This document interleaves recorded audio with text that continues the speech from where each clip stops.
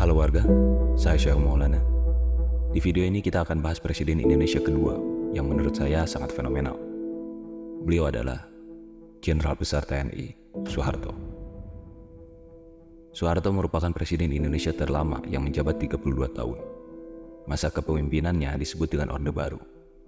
Soeharto telah menapaki perjalanan panjang di dalam karir militer dan politiknya. Di kemiliteran, Soeharto memulainya dari pangkat sersan tentara Kenil, kemudian komandan petak, komandan resimen dengan pangkat mayor, dan komandan batalion berpangkat letnan kolonel.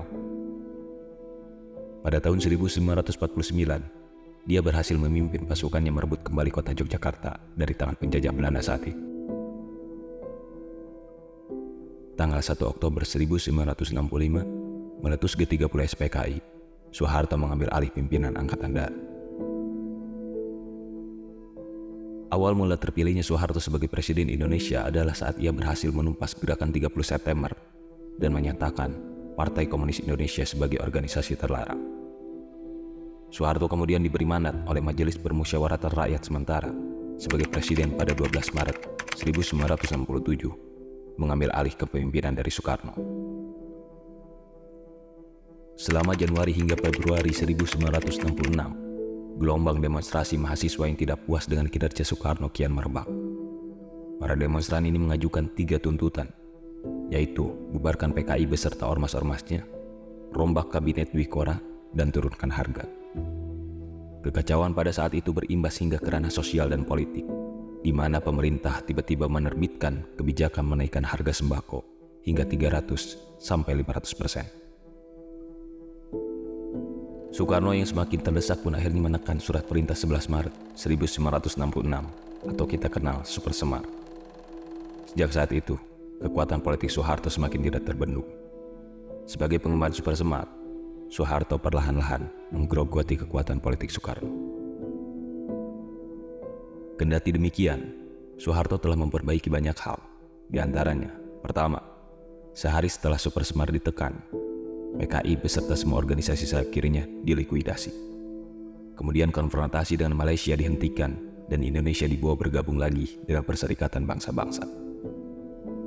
Selain itu, kerjasama dengan International Monetary Fund kembali terjalin. Pemerintah Soeharto juga berhasil menjadwal ulang pembayaran utang untuk meringankan beban keuangan negara. Dan di zaman Soeharto, Undang-Undang Investasi baru yang lebih terbuka disahkan pada 1967 serta berhasil menarik masuk modal asing. Semua perbaikan yang dilakukan Soeharto ini mendatangkan dukungan untuknya, baik dari kalangan warga sipil maupun militer. Oleh sebab itu, Soeharto dianggap mampu mengemban aspirasi mereka dan membuka jalan bagi rejim Orde Baru. Lahirnya Orde Baru diawali dengan dikeluarkannya surat perintah 11 Maret 1966. Orde Baru berlangsung dari tahun 1966 hingga 1998. Dalam jangka waktu tersebut, ekonomi Indonesia berkembang pesat, meskipun hal ini terjadi bersamaan dengan praktik korupsi yang merajalela.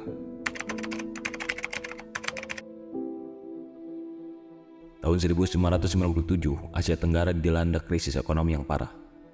Mata uang berbagai negara termasuk Indonesia mengalami devaluasi besar-besaran. Rupiah terjun bebas, inflasi melonjak, dan harga-harga kebutuhan pokok naik tajam. Ekonomi Indonesia yang sebelumnya stabil dan tumbuh pesat, tiba-tiba runtuh. Krisis ini menimbulkan keresahan di kalangan masyarakat yang semakin sulit memenuhi kebutuhan sehari-hari. Pemerintah Orde Baru dianggap melakukan berbagai penyimpangan, sehingga membuat rakyat merasa kecewa terhadap tindakan yang dilakukan oleh pemerintah. Kebencian rakyat tidak dapat dipendam lagi, sehingga semakin hari sikap anti pemerintah terus bermunculan. Ditambah lagi dengan aksi-aksi mahasiswa yang menuntut Presiden Soeharto turun dan segera melaksanakan reformasi. Para tokoh politik, tokoh masyarakat, dan mahasiswa semakin berani berkonfrontasi dengan Presiden Soeharto dan ABRI sebagai kekuatan Orde Baru. Ketidakpuasan terhadap pemerintahan Soeharto yang otoriter dan korupsi yang merajalela mulai meningkat. Pada awal 1998, gelombang protes mahasiswa merebak di berbagai kota di Indonesia.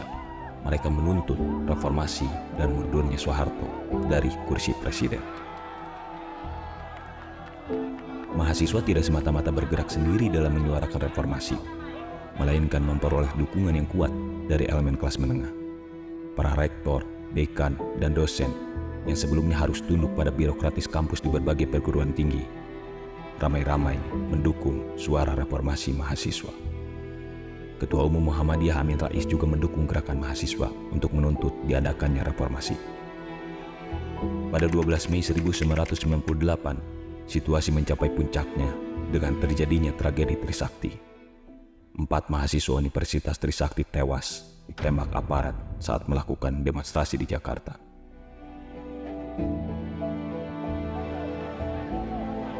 Peristiwa ini memicu kemarahan dan kesedihan yang mendalam di kalangan masyarakat. Kerusuhan dimulai pada 13 Mei 1998. Kemarahan rakyat terhadap rejim Orde Baru yang telah berkuasa selama 32 tahun, ditambah dengan krisis moneter yang melumpuhkan ekonomi, meledak dalam bentuk aksi demonstrasi di berbagai daerah. Di Jakarta, situasi semakin memanas pada 14 Mei 1998. Kerusuhan mulai menargetkan etnis Tionghoa disertai penjarahan, pembakaran toko dan rumah, serta pelecehan seksual. Kebencian dan sentimen anti-Tionghoa yang telah lama terpendam diperparah oleh tuduhan palsu bahwa etnis Tionghoa adalah penyebab krisis moneter. Peristiwa penembakan 4 mahasiswa Trisakti 12 Mei 1998 yang kemudian diikuti dengan kerusuhan besar di ibu kota Jakarta dari 13 sampai 15 Mei mencapai puncaknya pada tanggal 18 Mei 1998 saat mahasiswa menduduki gedung DPR RI.